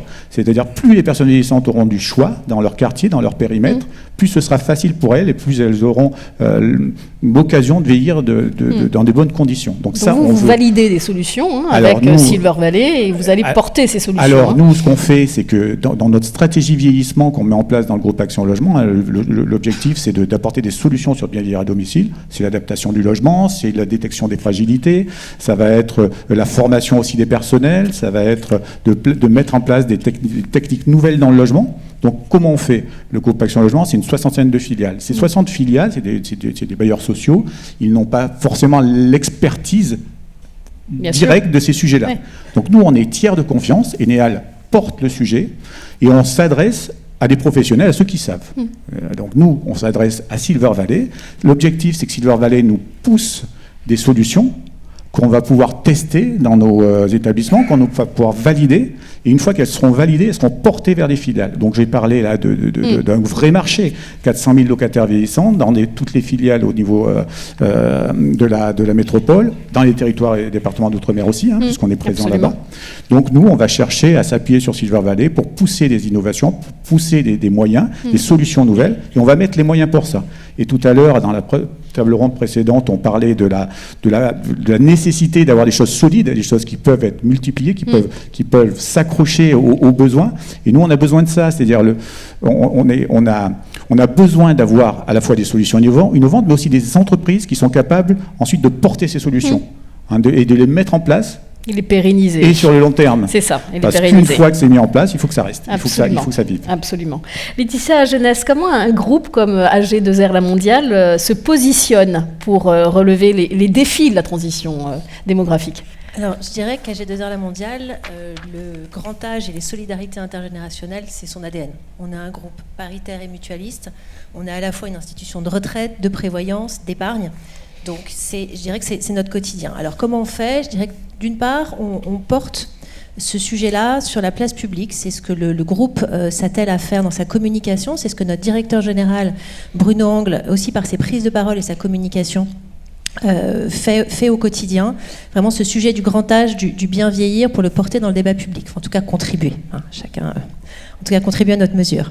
Et puis, à travers nos différents métiers, on permet à nos clients de préparer, de financer et de vivre le plus sereinement possible leur avancée en âge. Alors, je vais vous donner quelques chiffres pour vous illustrer très concrètement ce qu'est AG2R et comment on peut illustrer notre ADN. Alors, AG2R gère, pour le compte de l'Agirc Arrco, la retraite complémentaire d'un quart des salariés du secteur privé en France. Ça veut dire qu'on verse chaque mois 1,6 milliard d'euros à environ 4 millions de retraités. Par ailleurs, un tiers de nos clients, de nos 15 millions de clients, ont plus de 60 ans. Et puis, un troisième exemple, au travers de nos fonds d'action sociale, le groupe dédie plus de 80 millions d'euros chaque année aux seniors et à leurs aidants. Et ces actions sociales, vous interagissez avec tout l'écosystème de la Silver Economy ?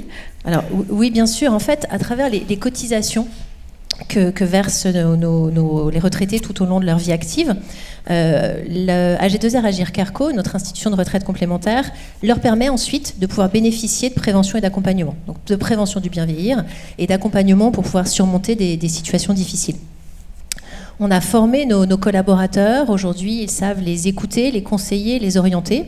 Alors, ils peuvent les orienter vers l'ensemble des aides légales et paralégales qui existent, mais aussi, dans certaines situations, nous pouvons nous-mêmes leur octroyer des aides individuelles pour les aider à surmonter des moments difficiles. Et puis, j'en arrive à répondre plus précisément à votre question. Nous proposons à nos clients des parcours que nous construisons en solvabilisant des solutions développées par des prestataires, dont certains sont dans la salle. Il peut s'agir par exemple de services intergénérationnels, et pour ça on travaille avec des partenaires comme Allo Louis, Mamie Boom ou Ernesti, d'accueil familial aussi, comme cette famille, et puis d'activités physiques, et là je peux citer par exemple l'été indien. Donc en parallèle de ces solvabilisations, on a aussi accompagné des structures et des structurations d'écosystèmes locaux dédiés à la Silver Economy, à l'innovation du bien vieillir, parce qu'on croit vraiment à la force du collectif et à la force des territoires. On a un groupe très implanté dans les territoires et c'est aussi quelque chose d'important qu'on défend au quotidien.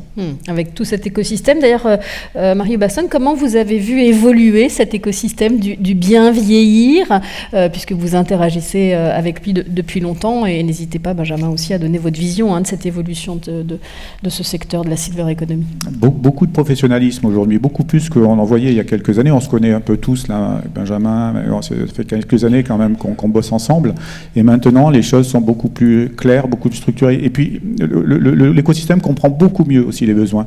Par exemple, d'un groupe comme le nôtre, comme d'un groupe de bailleur social.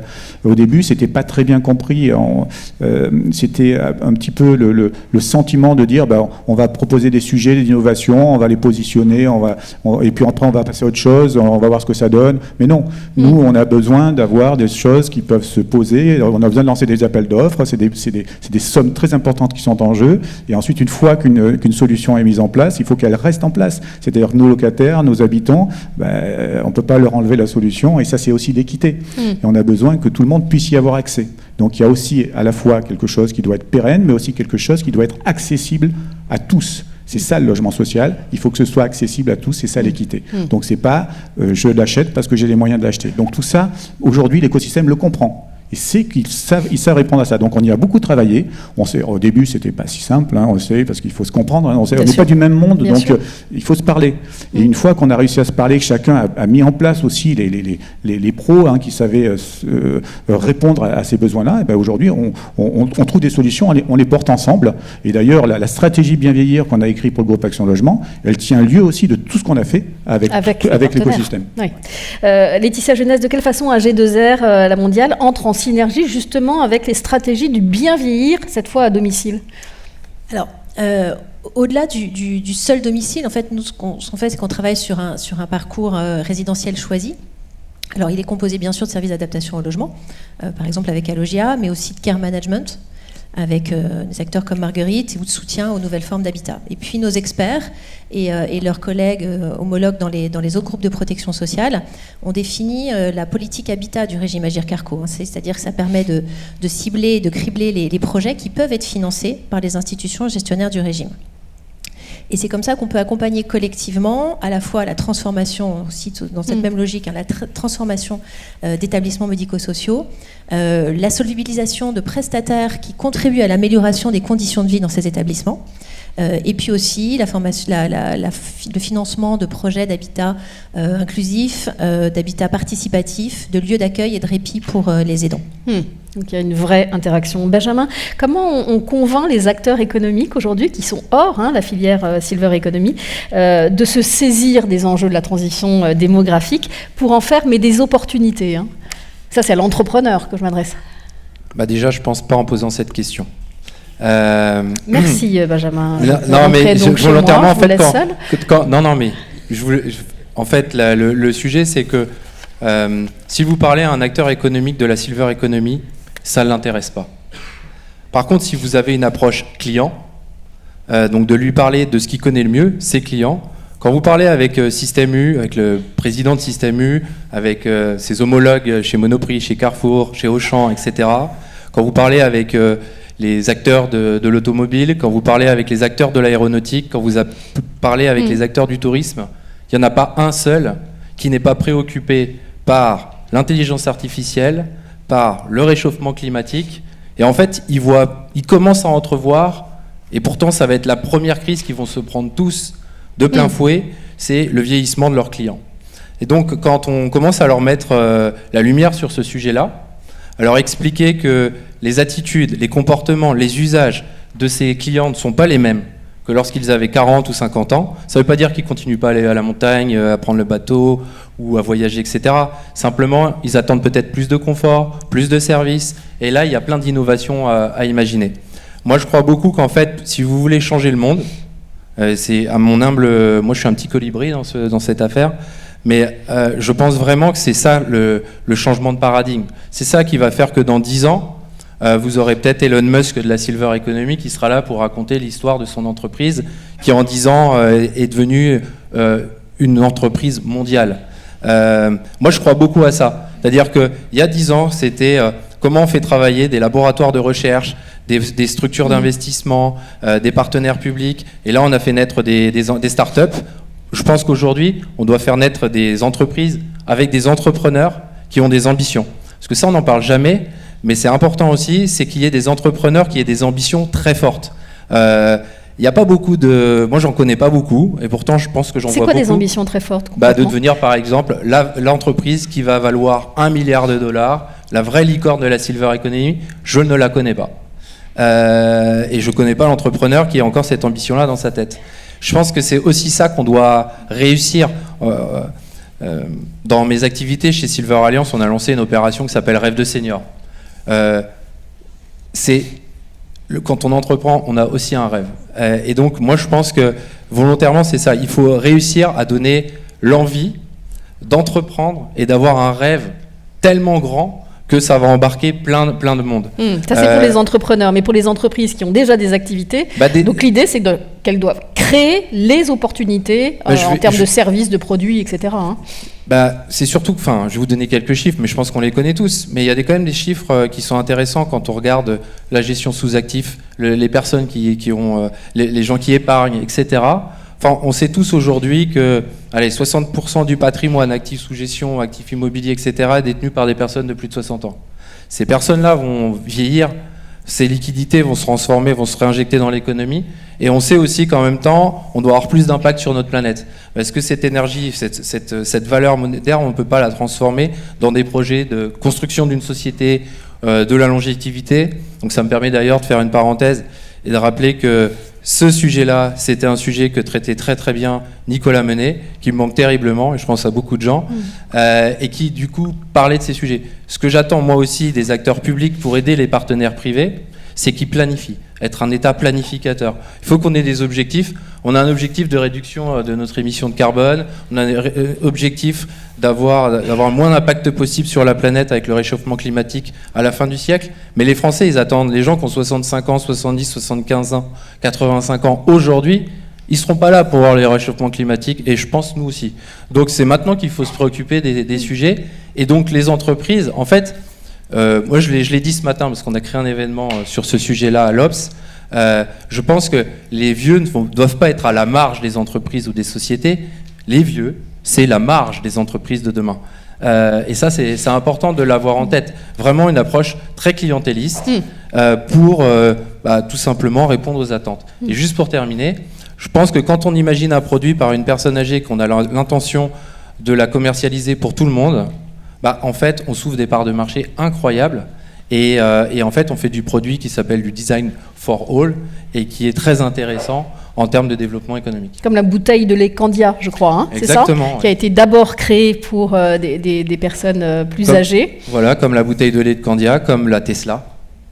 un designer français qui travaille pour Elon Musk a imaginé la Tesla parce qu'il savait bien que la clientèle qui serait capable d'acheter cette voiture serait une clientèle qui avait du pouvoir d'achat, qui aurait peut-être de temps en temps des problèmes avec la trajectoire de la route.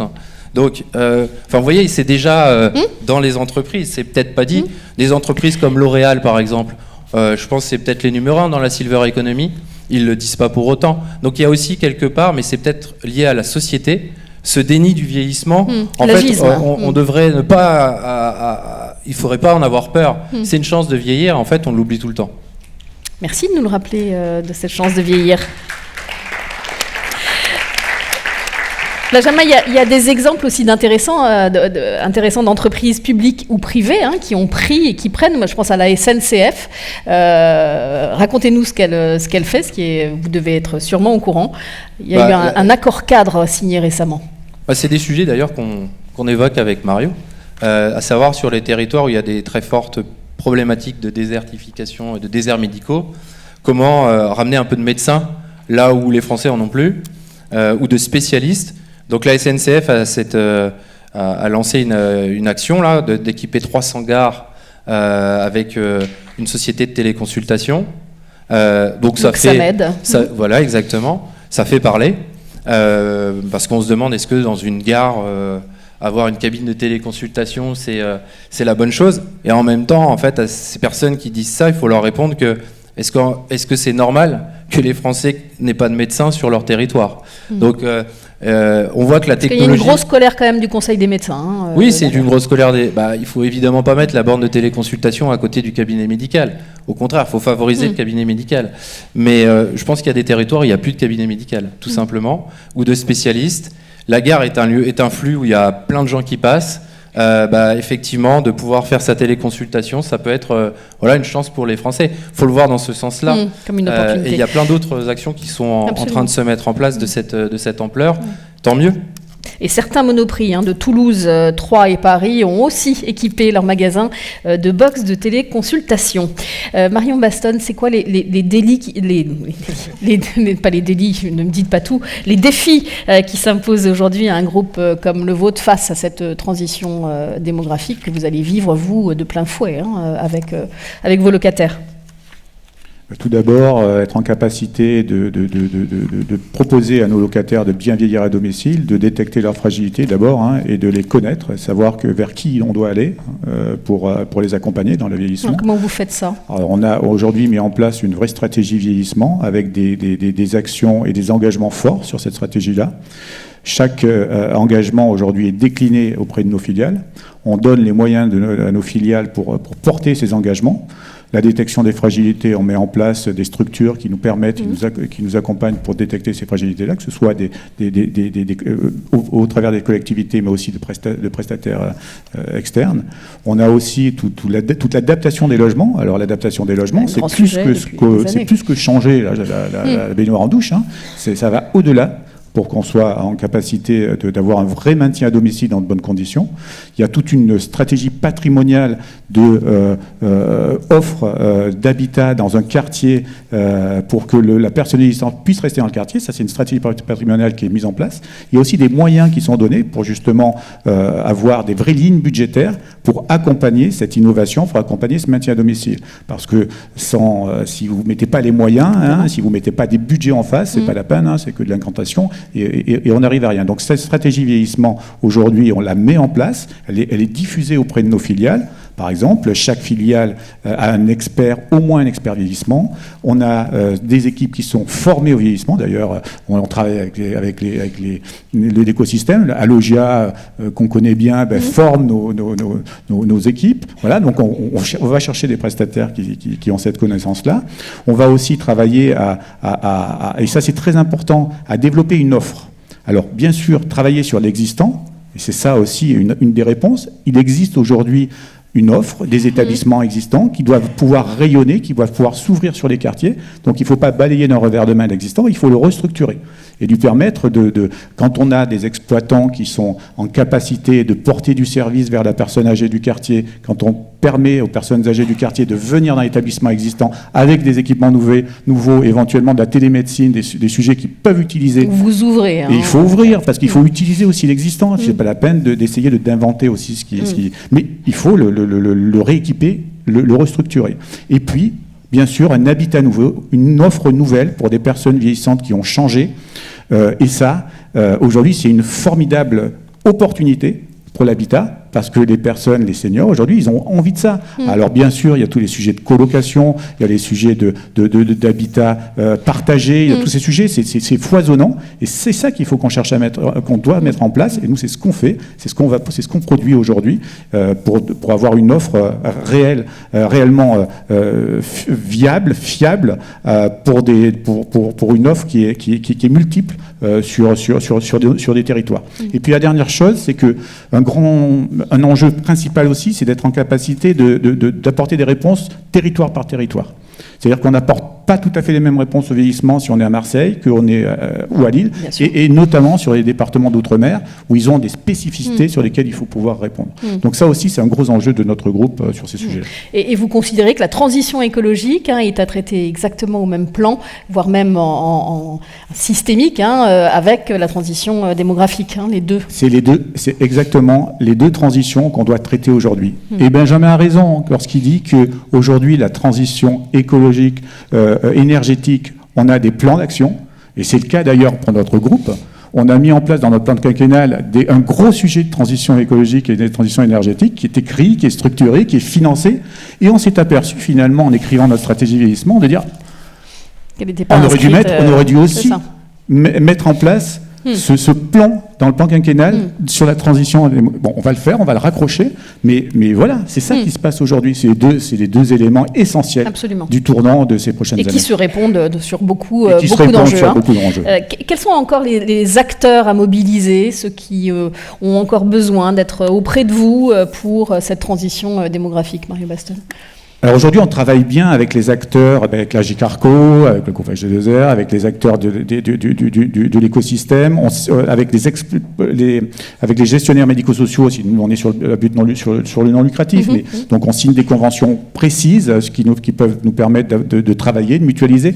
Là où c'est encore un peu difficile, et c'est dommage que le ministre soit parti, c'est que c'est surtout sur les acteurs qui sont des autorités de tutelle, je dirais, qui ont du mal, les services déconcentrés de l'État, qui ont du mal à se comprendre déjà entre eux.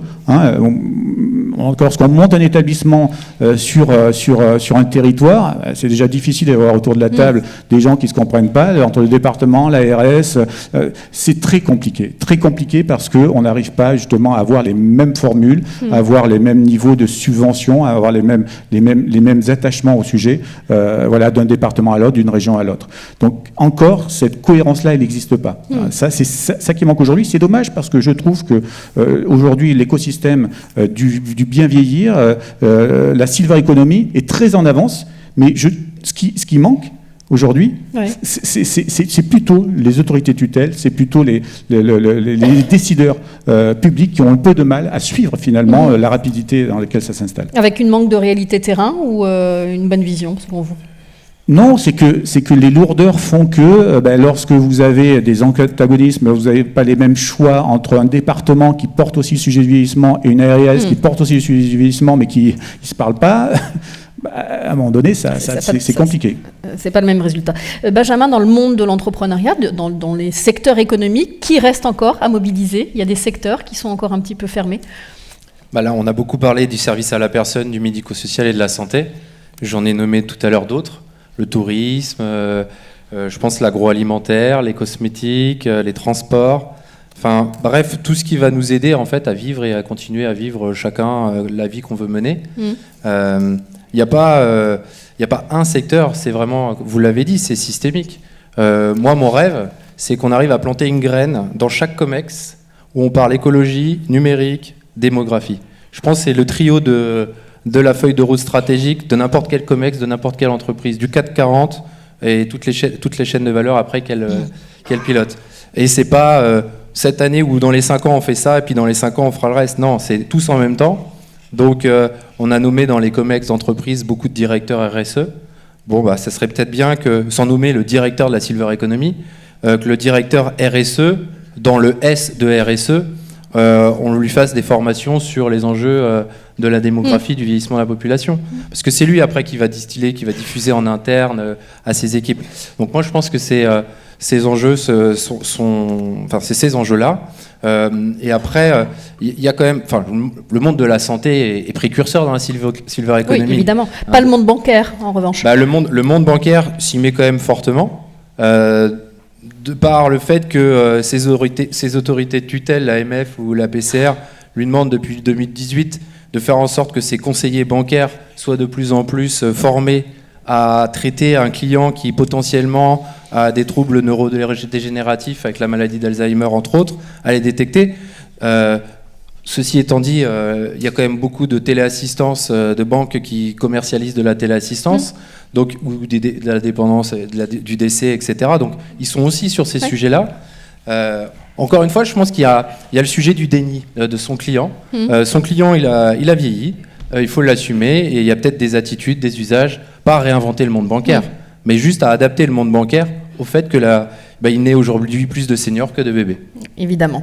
Comment pensez-vous, vous qui êtes le cofondateur de Silver Valley, comment pensez-vous que Silver Valley doit évoluer encore pour accompagner cette transition démographique? Vous lui souhaitez quoi? Déjà, je souhaite bonne chance à la future personne qui va diriger cette structure. Donc, je ne vais pas écrire sa feuille de route. Mais je pense qu'il faut continuer ce qui a été fait, renforcer ce qui a été fait et être encore plus ambitieux. Je pense que Silver Valley a été un super spécialiste durant les 10 dernières années. Il faut que Silver Valley devienne, dans les 10 prochaines, un super généraliste pour pouvoir convaincre toutes les entreprises. C'est ça être généraliste, hein? Oui, c'est comme un médecin généraliste. D'être capable de soigner toutes les maladies, en l'occurrence, faire en sorte que tout le monde se mette à traiter et à travailler sur des clients qui vieillissent. Et encore une fois, c'est une chance.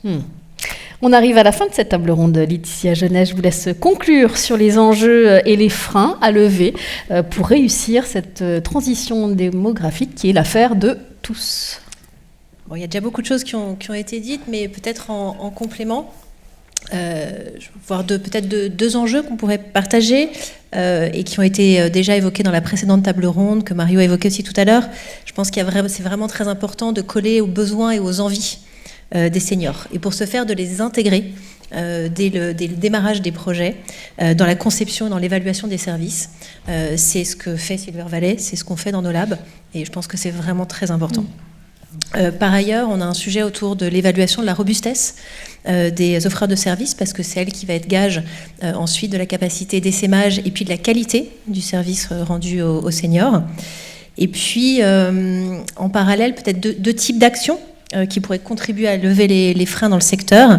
Je pense peut-être au partage des évaluations de services, c'est-à-dire qu'on en fait beaucoup chacun dans notre coin, ça nous coûte cher. Et je pense que les travaux qu'on mène dans les clusters, les gérontopoles et les living labs nous amènent à partager ces évaluations et je pense à gagner vraiment du temps et de l'efficacité. Et puis, c'est peut-être aussi ça qui nous aidera à passer d'une logique d'expérimentation un peu continuelle. Il y a beaucoup d'expérimentation et à un moment de se dire qu'on pourrait être dans une logique de solvabilisation et puis d'essaimage de solutions qui fonctionnent, qui sont robustes et qui peuvent prendre de l'ampleur. Elsa Parlange le soulignait, cette solvabilisation nécessaire. Eh bien écoutez, merci beaucoup. J'espère vous revoir dans 10 ans. On peut les applaudir pour cette deuxième table ronde. Merci, je vous laisse rejoindre la salle. Vous avez beaucoup inspiré Alexia. On le verra ensuite. Damien Cacaré, venez me rejoindre pour conclure. Et vous avez, je crois, aussi une annonce extrêmement importante à faire. Suspense. On vous écoute. Merci beaucoup. Merci à tous ces intervenants. Merci d'avoir animé ces tables rondes. Effectivement, on voit cette fresque qui s'est enrichie tout au long de la soirée. C'est artiste exceptionnel que nous avons avec nous ce soir. Alors, je vous le disais en introduction, dans mon discours tout à l'heure, tout ce qu'on fait chez Silver Valley, eh bien, on le fait grâce à nos membres, à nos partenaires, à notre conseil d'administration, à tout l'écosystème, mais aussi, et je l'évoquais brièvement, et je voudrais m'y attarder un tout petit peu, un petit instant supplémentaire maintenant, à notre équipe opérationnelle. Une équipe opérationnelle qui, en 2023, eh bien, a été extrêmement mobilisée. Et je voudrais, s'il vous plaît, qu'on la remercie, qu'on puisse l'applaudir, les applaudir tous. Bravo à toute l'équipe.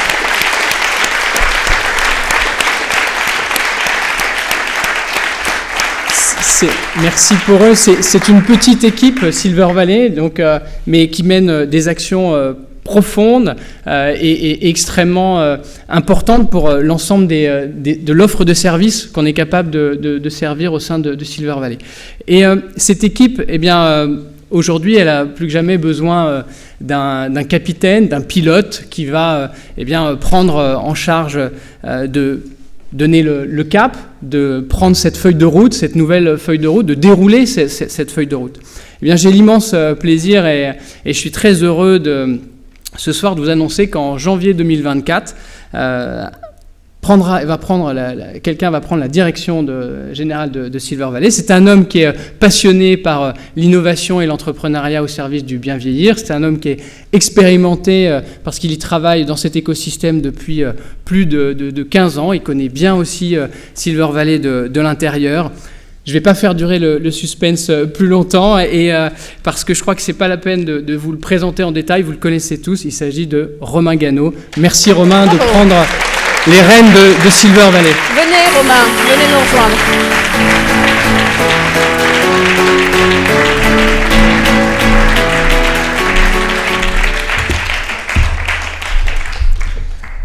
Merci à tous. Alors après cet accueil, je ne peux être qu'affligeant de banalité, donc je vais faire vite. Merci Damien, merci au bureau, merci au conseil d'administration pour la confiance que vous m'accordez. Merci aussi à ceux et celles qui sont dans la salle et qui ont permis cette transition professionnelle qui a beaucoup de sens pour moi. Ma présence ici est une histoire de conviction et une conviction qui dure depuis presque 15 ans après avoir rencontré Benjamin pour la première fois et certains d'entre vous, Jérôme, Alexis, d'autres que je ne citerai pas, ça va pas nous rajeunir. Cette conviction était que Silver Valley allait avoir et a eu depuis une place unique visant à réunir un écosystème structuré d'acteurs multiples, experts, pour accompagner les entrepreneurs du bien vieillir, mais avec des valeurs d'entraide, d'éthique, pour répondre aux enjeux sociétaux. Cette conviction a été renforcée très vite par la méthodologie de sélection de la bourse et du prix Silver Valley, qui est pour moi toujours, et je l'ai affirmé dans d'autres fonctions et je le raffirme aujourd'hui, la plus robuste du marché. Merci Benjamin de l'avoir initié et merci de nous l'avoir laissé après prospérer au sein de Silver Valley et d'avoir remis cette méthodologie aux équipes qu'on a su faire évoluer. J'ai évidemment une pensée pour notre ami Nicolas, qui, je pense souvent à nos discussions, celles qu'on avait aussi avec Damien, sur la robustesse des solutions qu'on devait apporter aux seniors, sur la place de Silver Valley dans le secteur et au fait que nous devions toujours faire plus et mieux. C'est aussi mon ambition et c'est aussi la feuille de route que je veux suivre avec vous. La feuille de route que je connais de Silver Valley, elle est claire, elle est ambitieuse. J'ai hâte d'être pleinement engagé auprès des équipes, des partenaires, des membres du conseil d'administration, pour accompagner, fédérer, faire émerger les futures pépites du bien vieillir, mais pour vous, pour nous et aussi pour nos retraités. Donc je vous dis à très vite, au 2 janvier. Merci. Est-ce qu'on peut se permettre d'appeler votre équipe sur scène ? Oui, bien sûr. On peut faire venir l'équipe de Silver Valley, s'il vous plaît. Vous êtes attendus sur scène et vous le méritez bien. Venez nous rejoindre. Comme ça, vous aurez une belle photo. Venez. Aurélie, Titouan, je ne connais pas tous les prénoms. Aurélie, Titouan et... Marion. Venez. Il y en a qui sont en régie. Il y en a qui sont en régie, qui peuvent lâcher la régie, puisque tout va bien. Merci d'ailleurs à la régie. Donc longue vie à Silver Valley. Venez, on va faire une petite photo. Je suis sûre qu'il y a de belles photos à faire avec vous. Venez.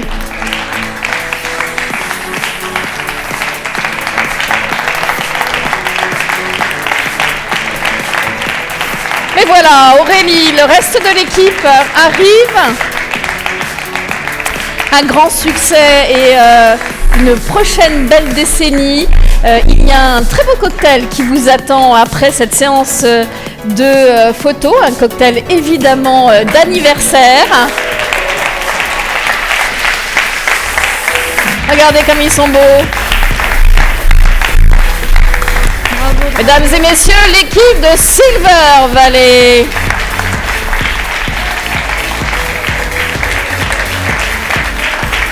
Ah, chacun change. Bravo et bon anniversaire à vous.